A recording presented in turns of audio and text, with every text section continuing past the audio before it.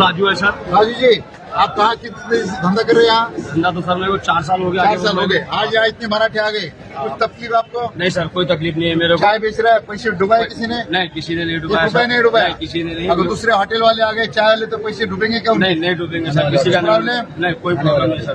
तो हे महाराष्ट्रातले मराठे सगळ्याचे पोषित आहेत. आम्ही अन्नदाते आहोत. कोणाचा रुपया आम्ही अरे आमच्या आयुष्यभर लोकांना आमच्या जमिनी आम्ही रोडला दिल्या, आमच्या हॉस्पिटलला दिल्या, धरणाला दिल्या. अरे आम्ही दाते आहोत आणि आम्ही कोणाची बुडीणारी माणसं नाहीत.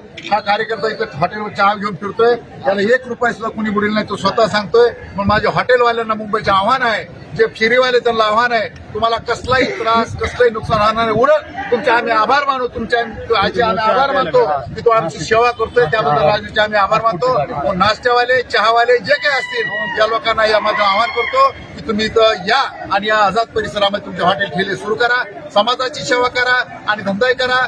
सेवा आणि परमार्थ आणि सेवा मेवा दोन्ही मिळून जाईल. म्हणून माझं आव्हान आहे जरांगे पाटलाच्या वतीनं की आपण इथे यावं आणि आमची सेवा करावी. त्या मतदार तुमचा काय पैसा असेल तो आम्ही तुम्हाला रोख देऊ. धन्यवाद. एक मराठा आरक्षण